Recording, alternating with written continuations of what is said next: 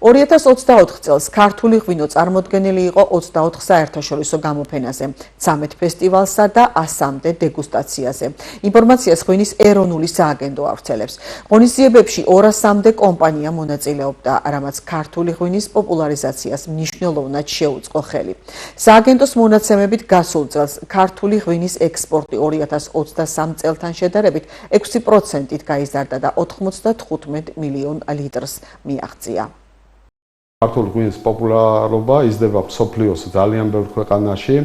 2024 წელს ღვინის ეროვნული სააგენტო წარმოდგენილი იყო ქართული ღვინით მსოფლიოს 20 ქვეყანაში, რომელიც არის ჩვენთვის აქტუალური, ფაქტიურად ჩვენი სტრატეგიული ქვეყნებია ეს, სადაც ჩვენ გვყავს ჩვენი კონტრაქტორები და მათთან აქტიურად მუშაობთ.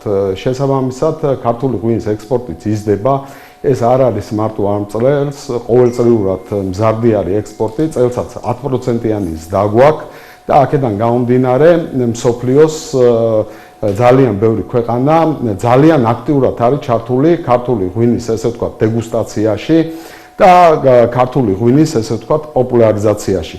ჩვენი ღვინოები წარმოდგენილი არის მსოფლიოს 20 ქვეყანაში.